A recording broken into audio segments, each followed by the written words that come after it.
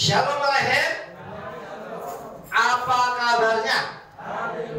Luar biasa. Yes. Wow. Anak Nuha. Kita itu ya, Bapak Ibu Saudara yang dikasih oleh Bapak Yahweh, hari ini kita akan dengarkan Dafar Elohim yang saya beri judul tragedi. Ya. Nah, tragedi saudara ya. Nah, Bapak Ibu Saudara yang dikasih oleh Tuhan, sebuah tragedi itu bisa terjadi karena disebabkan hal yang sangat sepele atau hal yang sangat kecil, saudara. Namun bisa berdampak besar, seperti saya memberikan satu kisah contoh tenggelamnya kapal Titanic, saudara. Dalam artikel yang saya baca, kayaknya ini yang membuat kapal ini bilang gak mungkin kapal ini tenggelam. Artinya ada kesombongan yang luar biasa, saudara. Tapi toh ternyata kapal itu bisa tenggelam, saudara. Nah, hal itu bisa terjadi, saudara, hanya karena hal-hal yang sepele, hal-hal yang sangat kecil. Makanya kitab suci pernah mencatat atap rumah runtuh karena atap yang bocor. Artinya kadang begini, saudara. Wah, ini gentengnya copot satu, kita cuma satu, gak apa-apa. Dibiarkan, saudara, akhirnya bocor. Nah, begitu bocor, lama-lama kayunya mulai rapuh. Terus, nah harusnya cuma bisa ganti genteng satu, akhirnya atas bisa ganti semua. Ini kadang hal yang sepele, saudara. Nah, sama dengan kisah ini, sebuah tragedi bisa terjadi karena hal yang sepele. Coba kita akan lihat ya, saudara. Nah, Titanic tenggelam itu karena kunci yang hilang. Kayaknya nggak masuk akal, saudara. Orang kalau kita pernah nonton filmnya ini, wah seru banget yang dibuat filmnya itu, saudara. Tetapi saudara yang dikasih oleh Bapak Yahweh, nah Titanic ini tenggelam hanya karena kunci yang hilang. Bayangin kunci itu sebesar apa sih, saudara? Saudara perhatikan, saya membaca sebuah artikel begini. Sampai saat ini banyak kesaksian yang dipaparkan atas tragedi tenggelamnya kapal terbesar di masa itu. Ini kapal terbesar. Sekarang sudah kalah jauh. Sekarang banyak kapal-kapal pesiar yang mungkin 3 kali lipat dibandingkan besarnya kapal ini. Nah, saudara perhatikan. Namun dari sekian banyak kesaksian ada satu cerita yang ironis, ya, ironis yang dipaparkan oleh salah satu korban yang selamat. Fried adalah seorang kru kapal yang bertugas memantau gunung es di sebelum Titanic itu tenggelam. Nah, ternyata ia tak bisa mengambil teropongnya yang terkunci. Jadi teropongnya itu terkunci, saudara. Ini Fried tak bisa menemukan di mana kunci itu seharusnya, saudara. Ia bahkan bersaksi jika kunci itu ada, Titanic tidak akan pernah tenggelam. Nah, ternyata sebelum kapal berlayar, orang yang bertanggung jawab terhadap Titanic, namanya David Blair, digantikan dengan orang lain. Dan kunci tersebut masih berada di dalam saku David yang lupa menyerahkannya. Saudara bisa bayangkan. Artinya ini sebuah kisah ini ceritakan begini. Ada teropong yang buat memantau, karena ini kan di salah satu laut yang memang sangat dingin. Nah, teropong itu untuk memantau kalau ada gunung es, sehingga supaya kapal itu tidak nabrak, saudara. Nah, mungkin ini pas jam jaga sip, mungkin saudara itu. Nah, yang tugas membawa kunci untuk teropong itu tuh kuncinya lupa, nggak dikasih ke, saudara. Sehingga apa yang terjadi? Orang nggak bisa memantau itu kalau di depannya ada gunung es. Saudara bayangkan, hanya hal sepele kunci. Sebesar apa sih kunci itu? Tetapi dampaknya besar sekali. Tragedi itu bisa terjadi. Bahkan yang mati sangat banyak. Dan berapa biaya atau uang yang harus hilang waktu itu. Yang jelas kalau kapal pesiar itu pasti mewah, saudara. Inilah yang terjadi, saudara. Kadang hal sepele, saudara.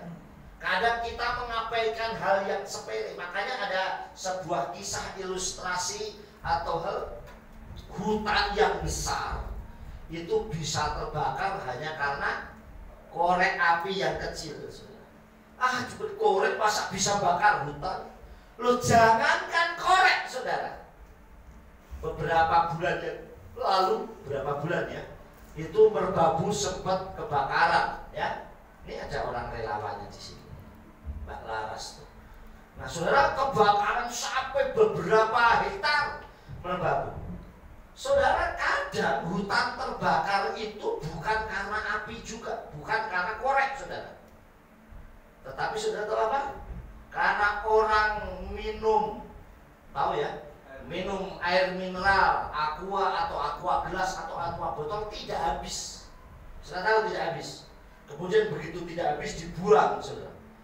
Airnya masih sisa sedikit. Nah, air yang kena sinar matahari itu bisa jadi luv. Tahu luv apa? Kaca pembesar, tahu ya? Nah, jadi kaca pembesar. Dan kalau kena daun kering bisa terbakar. Kayaknya sepele, nggak mungkin dong masuk air bisa membakar. Kalau nggak percaya coba aja deh. Kalau pas panas itu, saudara ambil gelas plastik itu ada airnya sedikit terus taruh. Kalau itu kena sinar matahari, pantulannya itu menjadi sangat panas, saudara. Lama kelamaan bisa terbakar. Saudara yang dikasih oleh Bapak, kayaknya hal sepele, saudara, tetapi bisa membahayakan. Nah, inilah yang dinamakan tragedi. Paham, saudara? Yang dinamakan tragedi yang sangat istilahnya saya bilang akhirnya menjadi mengerikan. Kemudian kita akan lanjutkan. Kita akan lihat di dalam kitab Bereshit atau Kejadian 3 ayat 1 sampai 6. Tragedi bisa terjadi karena mendengar, hanya karena mendengar saja. Seperti Hawa yang lebih mendengar suara ular dibandingkan suara Elohim. Nih, banyak orang yang ngaku dengar suara Tuhan, tapi kita lebih dengar suara kuasa jahat, kuasa setan, bisikan-bisikan jahat, saudara. Nah, itu bisa dampaknya luar biasa, saudara. Coba saudara yang dikasih oleh Bapak Yawi kita baca ya. Bereshit pasal 3 ayat 1 sampai 6. Saya bacakan. Ya.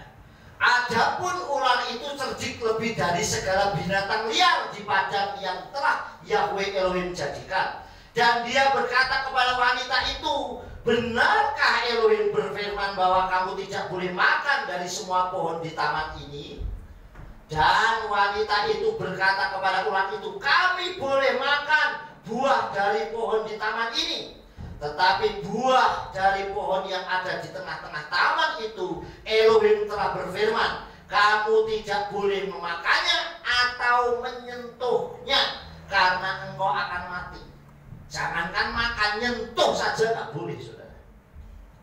Terus ayatnya selanjutnya, namun ular itu berkata kepada wanita itu, kamu sekali-kali tidak akan mati, karena Elohim mengetahui bahwa pada saat kamu makan buah itu, matamu akan terbuka dan kamu akan menjadi seperti Elohim, yaitu mengetahui yang baik dan yang jahat.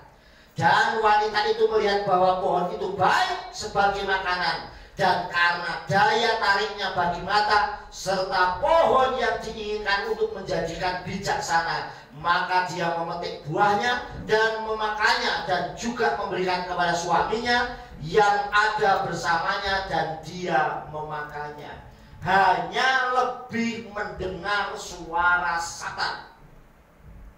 Saya selalu sampaikan kepada saudara, jangan berpikir bahwa kita sudah ada di altar ini bebas, kita tidak tersentuh oleh Satan. Saudara bayangkan, Eden ini yang menciptakan Bapak Yahweh, saudara. Tapi di mana manusia jatuh ke dalam dosa? Justru di Taman Eden, saudara. Di dalamnya. Sama kayak Hirat ini, gereja ini. Saudara, kita sudah doa, satulah demi nama Yesus Masiah. Tapi tetap aja pikiran kita bisa kemana-mana, saudara. Betul kan? Kita ibadah masih bisa bubuk manis. karena mendengar suara Kak Rio yang mendayu-dayu, saudara. Suaranya Bas Mas Slamet yang membuat seperti tabuhan yang membuat bisa orang tidur, saudara. Artinya bisa dimanapun Satan itu masuk kalau kita tidak selalu waspada. Paham, saudara? Jadi hanya hal sepele, saudara. Dampaknya apa, saudara? Hanya mendengar suara Satan, hubungan dengan Elohim menjadi jauh dan harus keluar dari Eden, saudara. Harus terusir dari tempat yang harusnya sudah nyaman. Kemudian hubungan antara Adam dan Hawa pun menjadi saling menyalahkan.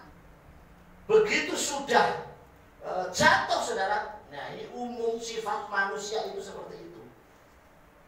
Sifat manusia itu seperti itu. Begitu sudah terjadi sesuatu, terus gampang saling nyalahin satu dengan yang lain. Sehingga dampaknya apa? Hubungannya menjadi gak nyaman, saudara. Dan ini banyak sekali terjadi, saudara. Sampai saya selalu berkata sama teman-teman, saudara, begini. Kalau kita mengenal Tuhan, mengenal agama, mengenal Tuhan, yang akhirnya hanya membuat satu dengan yang lain ribut, terus dampaknya mengenal Elohim itu apa? Paham, saudara? Harusnya begitu saya mengenal Elohim, dari yang jahat jadi baik. Amin. Dari yang keras itu bisa menjadi lembut.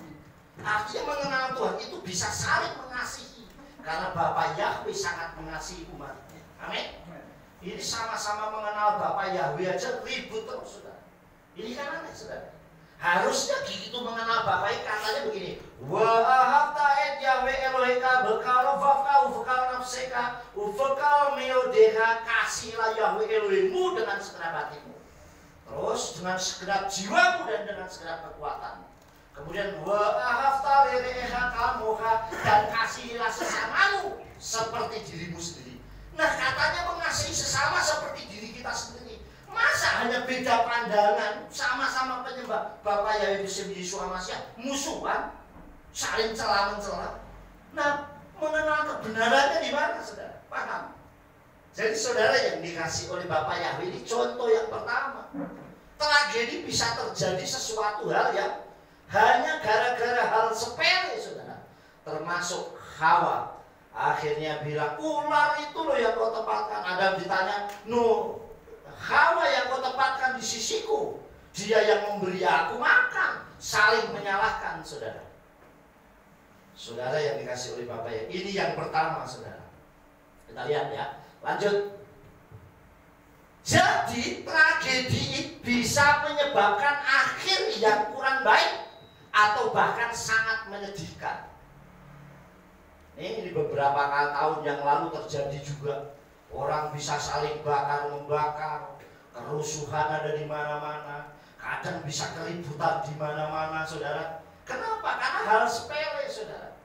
Coba kita lewat gak permisi, nanti orang tersinggung yang duduk, terus ngomong itu loh yang lewat rumahnya sana sampai jadi rame.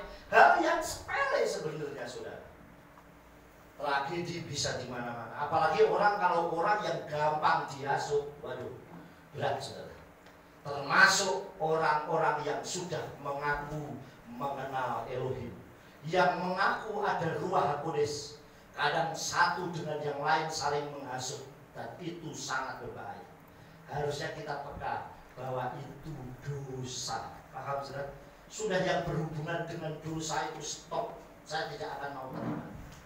Kita lanjutkan, saudara.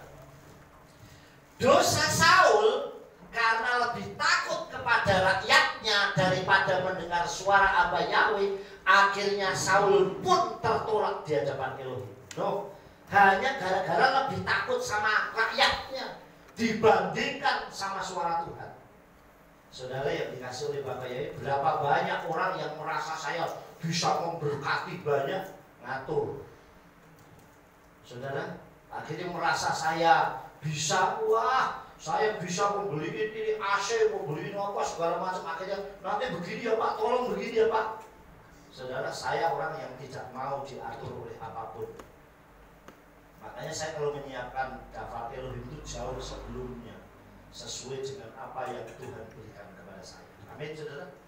Boleh orang bilang, Pak, nanti ya kalau memberi input masukan itu bagus. Tetapi kalau sudah ngatur itu tidak bagus, saudara. Karena merasa biasanya orang-orang yang punya power, tahu punya power?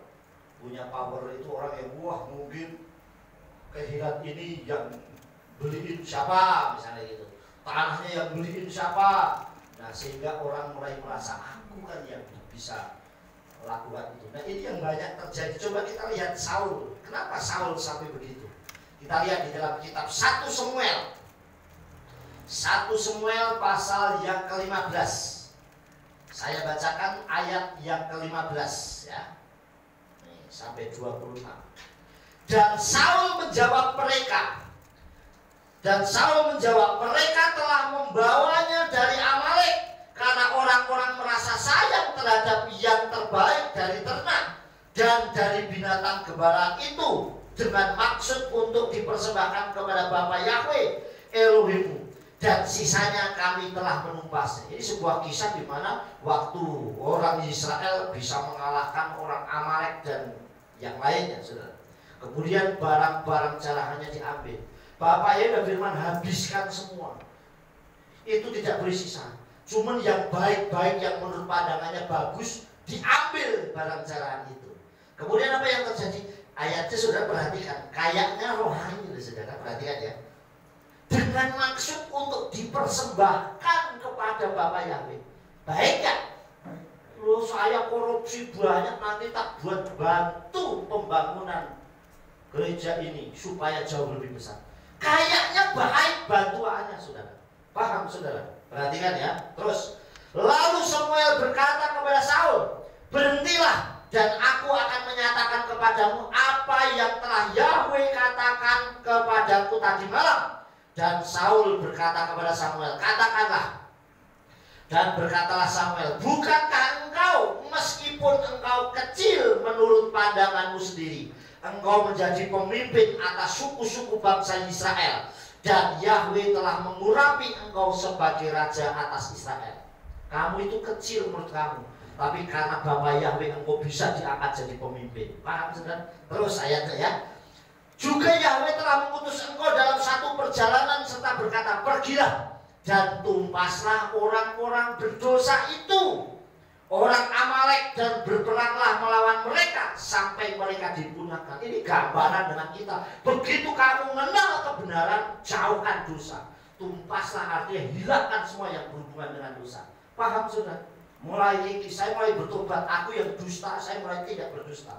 Saya mulai suka ngambil, saya tidak mau mengambil lagi. Saya mulai suka gosip, ngomongin orang, bersaksi dusta, segala macam. Saya buang, saya potong. Alhamdulillah ya. Terus, lalu mengapa engkau tidak mendengarkan suara Yahweh? Ya, engkau menyambar jarahan itu dan berlaku jahat pada pandangan Yahweh. Lalu Saul berkata kepada Samuel, aku menaati suara Yahweh dan aku pergi ke jalan yang telah Yahweh utus. Dan aku membawa Agag raja orang Amalek itu, dan aku telah memusnahkan Amalek. Sekali lagi, orang itu kalau sudah ketangkep dan sudah tahu berdosa, dalihnya banyak, saudara. Coba kalau seperti ini, aku taat sama Tuhan. Coba apalagi kalau sudah ketahuan, sumpah deh, sumpih, aku tuh tidak. Padahal udah ketahuan, saudara.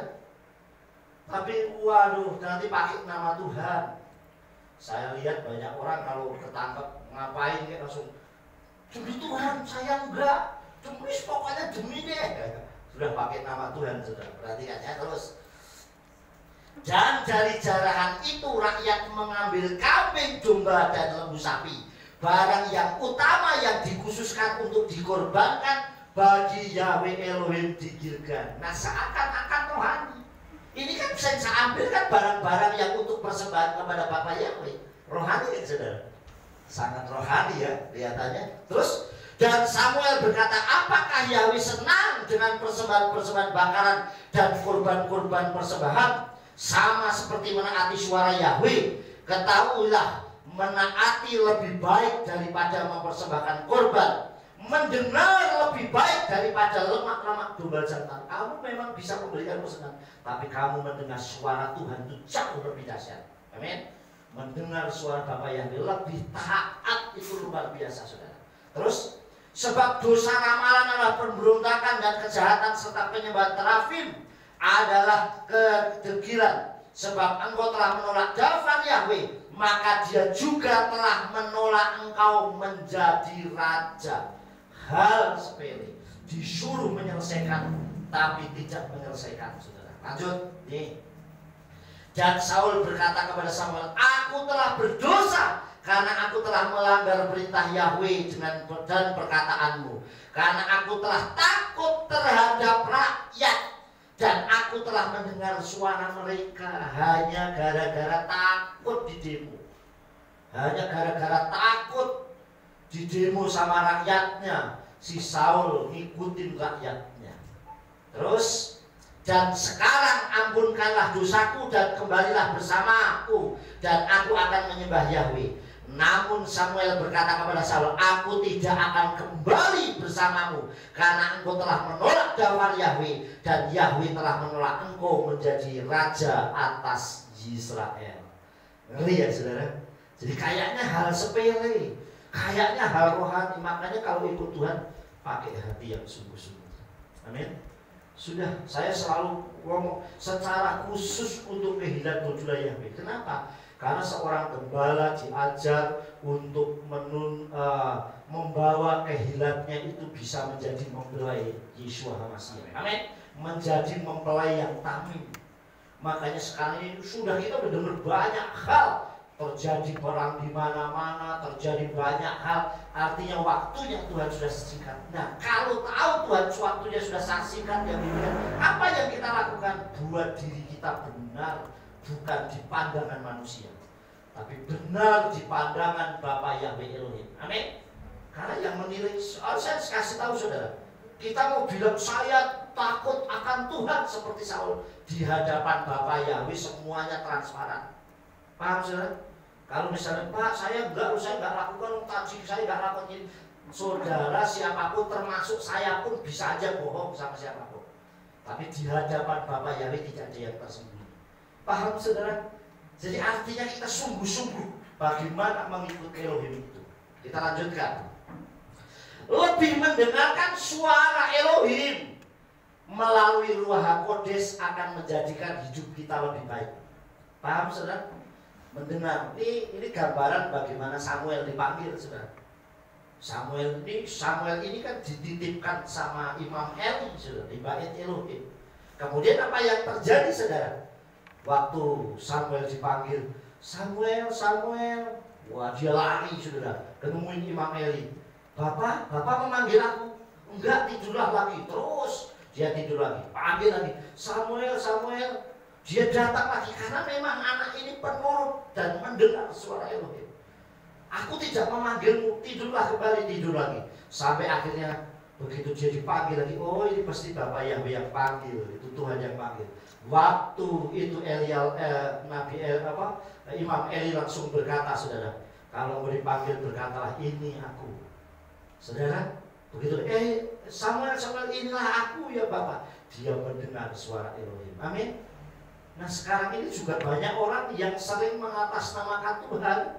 Paham saudara? Tuhan bicara dengan saya, Tuhan bicara. Nah itu pun harus di cross check dengan daftar Elohim. Paham saudara? Bertentangan tidak dengan daftar Elohim. Kalau itu bertentangan ya jelas pasti bukan sesuai dengan daftar Elohim. Oleh sebab itu lebihlah mendengar suara Elohim. Bapak, saya banyak orang sharing, kalau saya tidak bisa mengambil satu keputusan, saya selalu bilang, Pak, beberapa waktu yang lalu ada sharing, Pak, saya begini. Menurut Bapak gimana? Wah ini keputusan yang saya ambil itu sulit sekali. Berdoa dulu supaya Tuhan yang jawab lebih benar. Saya nggak mau main-main langsung, oh begini aja Pak, itu nggak apa-apa, boleh. Saya bisa bersalah di hadapan Tuhan. Saya bilang berdoa, terus akhirnya bilang, oh ya Pak, nanti saya lebih baik berdoa, kalau perlu puasa. Sampai saya bilang, supaya keputusan yang kamu ambil tidak salah, yang nanti justru berdampak besar pada diri kamu. Saya bilang, padahal dia dalam pergumulannya waktu itu sudah sangat terpuruk. Sampai dia benar-benar sangat terpuruk, saya kasih nasihat dan dia waktu itu udah lama terus WA saya, Pak, apa yang Bapak nasihatkan saya lakukan dan sekarang saya sudah dapat jawaban. Ternyata dia kemarin sharing lagi telepon saya. Saudara yang dikasih, dan waktu dia telepon saya berdoa. Saya curut, kalau saya belum tahu bisa mengambil keputusan, saya lebih baik berdoa dan berserah kepada Bapaknya. Amin. Lanjutkan ya. Devarim atau Ulangan 28 ayat 1. Wahaya im samoa tisma bekol Yahweh Eloheka lismor la asut et hal misotai aser anoki misaweka hayom utan ha Yahweh Eloheka elyon al kalgoye haaretz. Dan apabila engkau mendengar dengan baik, paham ya? Apabila engkau mendengar dengan baik suara Yahweh Elohimmu dan berhati-hati melakukan semua perintahnya yang telah aku perintahkan kepadamu hari ini, maka Yahweh Elohimmu akan menempatkan engkau di tempat yang tinggi, mengatasi segala bangsa di bumi. Amin.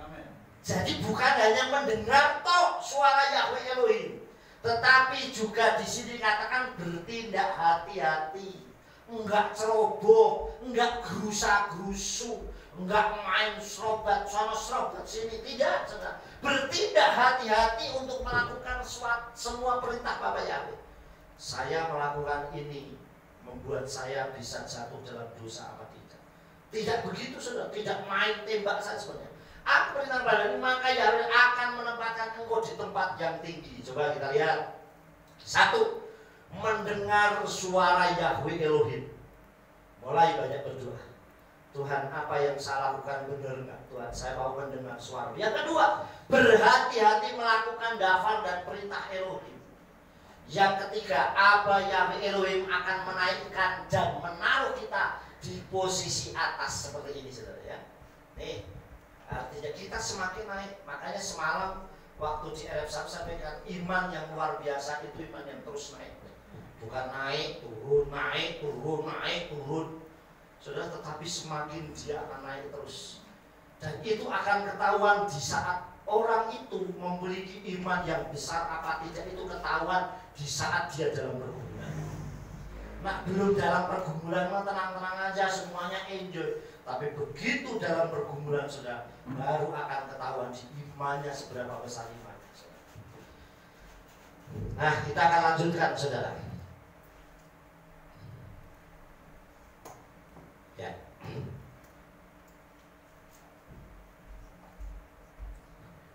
Devarim atau Ulangan 28 ayat 2. Ufa'u aleka kal habrachot ha'ele wesihuha kitisma bekol Yahweh Elohim. Dan semua berkat ini akan datang kepadamu dan menjadi bagianmu jika engkau mendengarkan suara Abba Yahweh Elohimmu. Amin.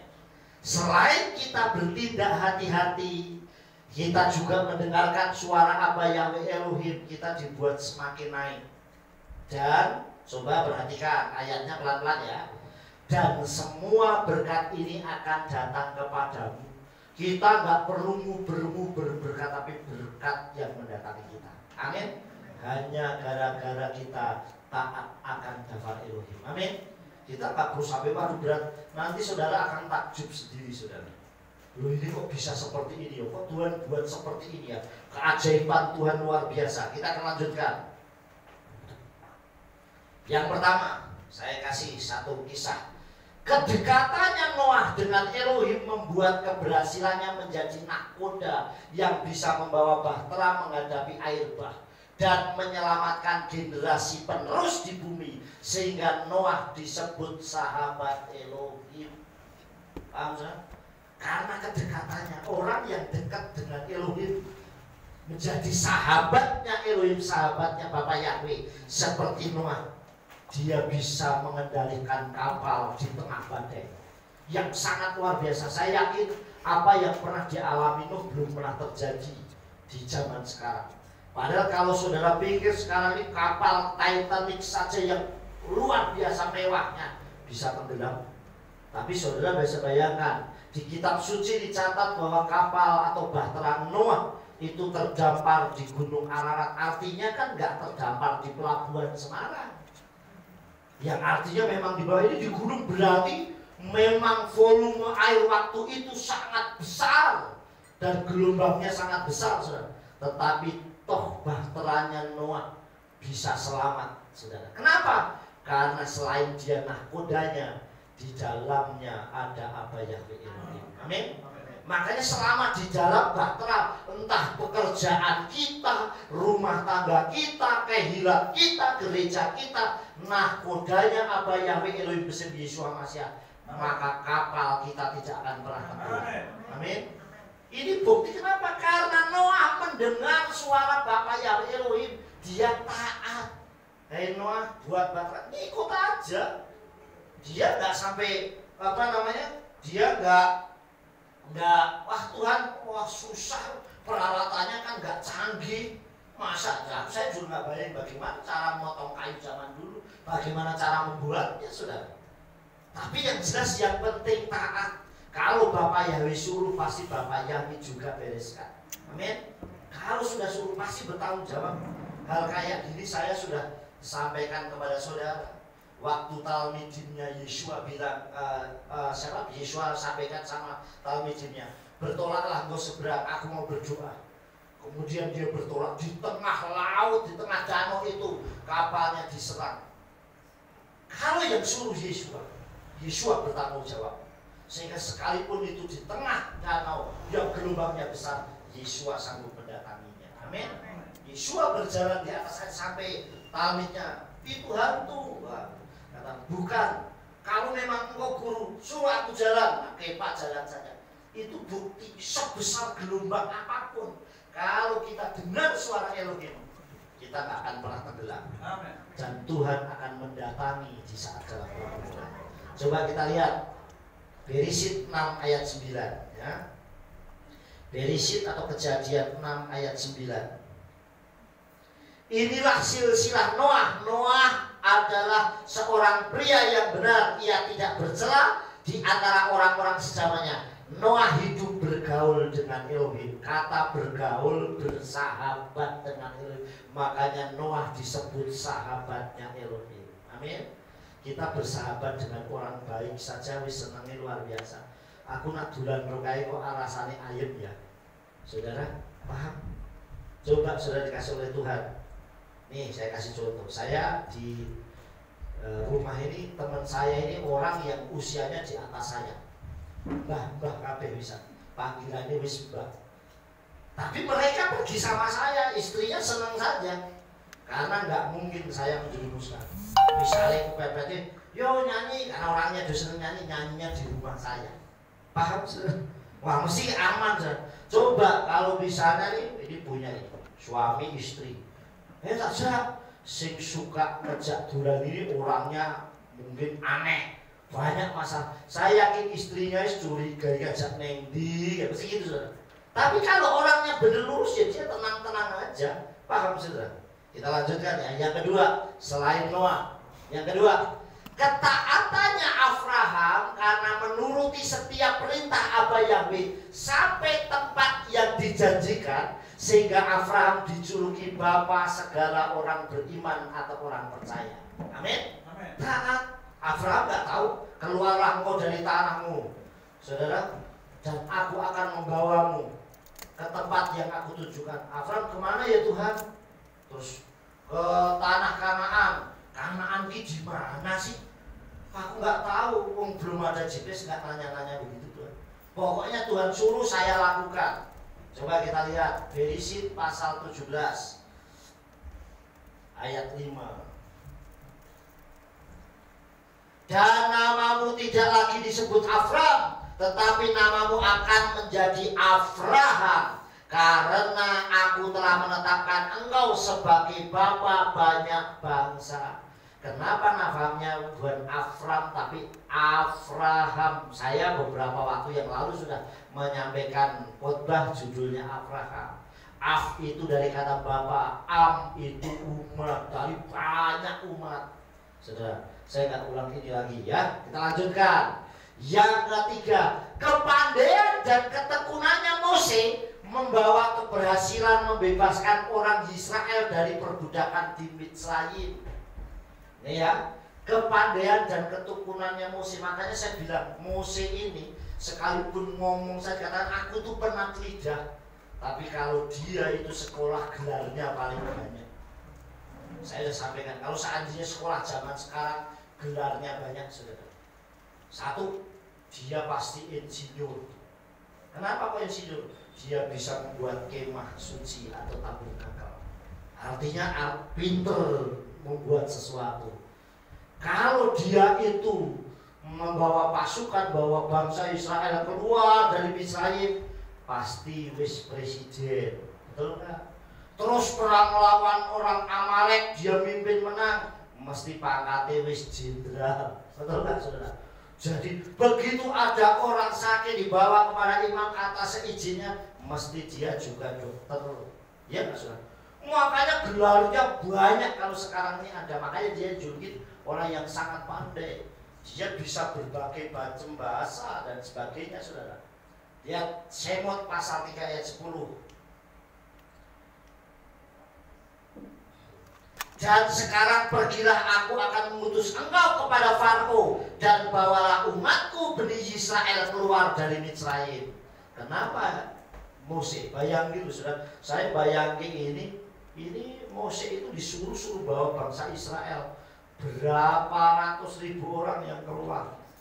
Kita ini mimpin dulu, saudara tahu, kita mau piknik saja, ya.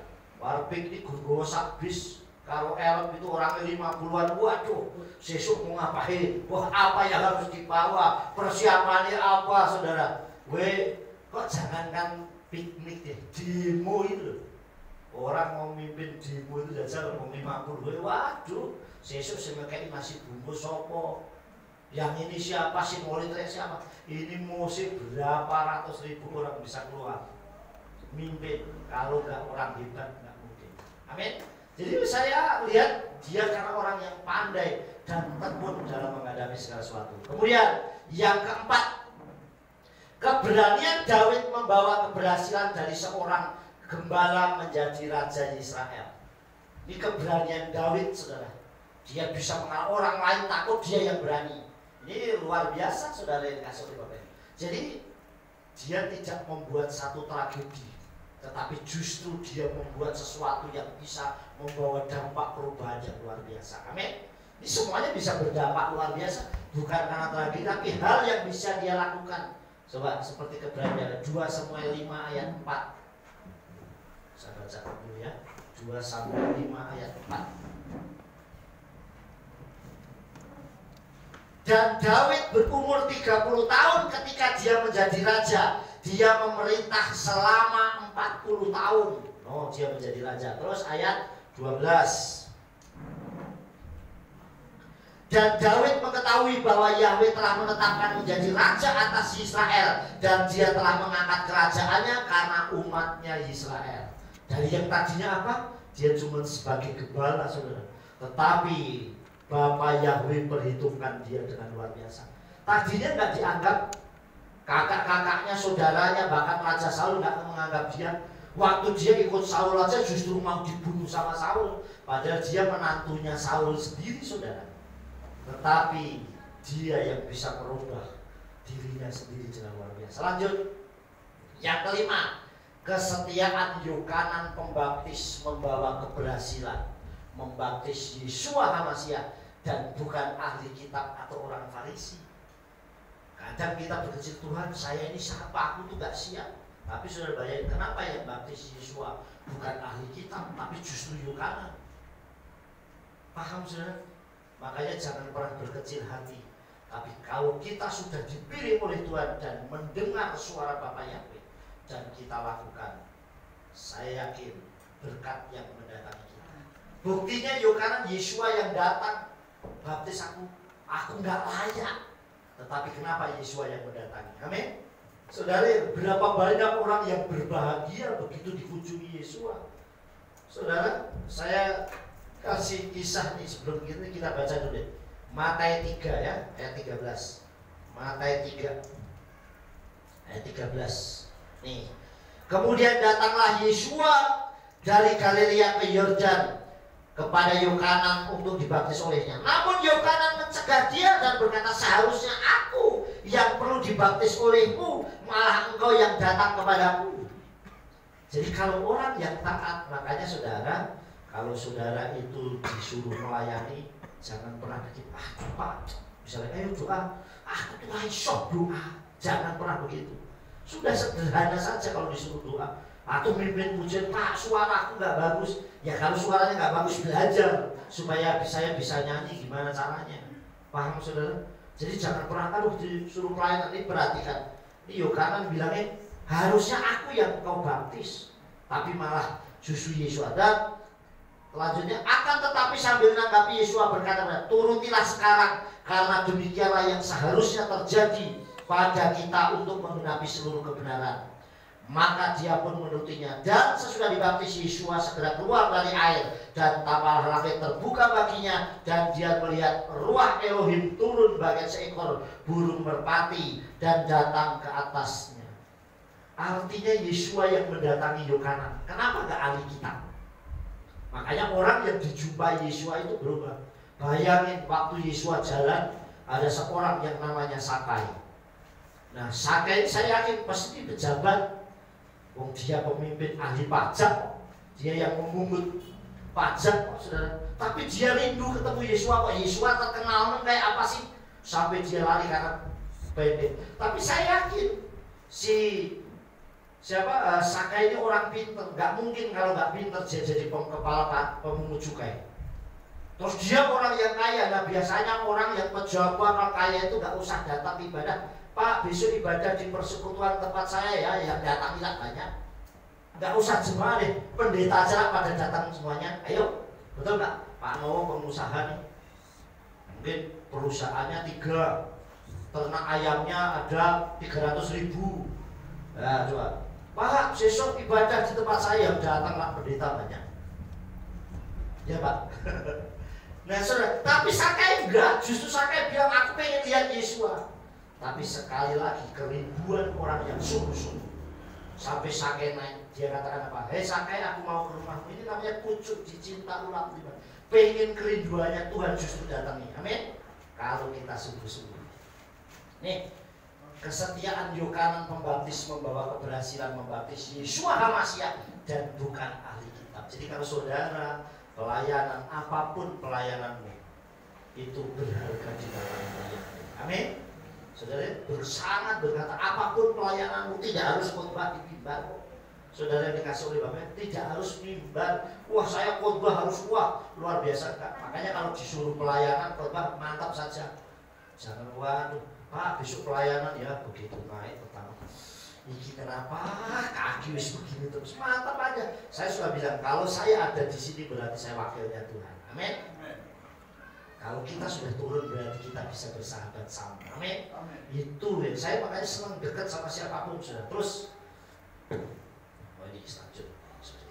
Jadi saudara yang dikasih oleh Bapa Yahweh Elohim beserta Yesus HaMasyiah. Perhatikan baik-baik. Saya memberi contoh 5 tadi. Kalau kita sungguh-sungguh, tragedi tidak akan pernah terjadi dalam hidup kita. Amin. Kenapa? Karena kita mendengar suara Bapa Yahweh.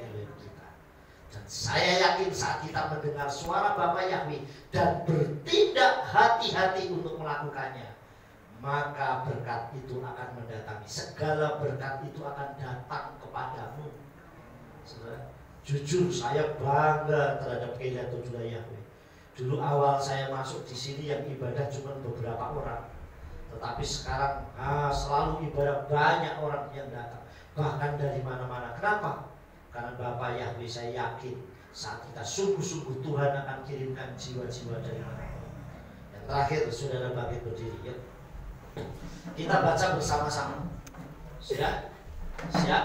1, 2, 3. Hidup benar menjadikan yang terbaik sampai akhir bersama Bapa Yahweh bersama Yesus HaMasyiah. Haleluya. Amin. Yes. Silakan duduk saudara. Kita akan siap-siap untuk duduk seiringan dengan Tuhan. Kita akan pujian Yahweh Rafa.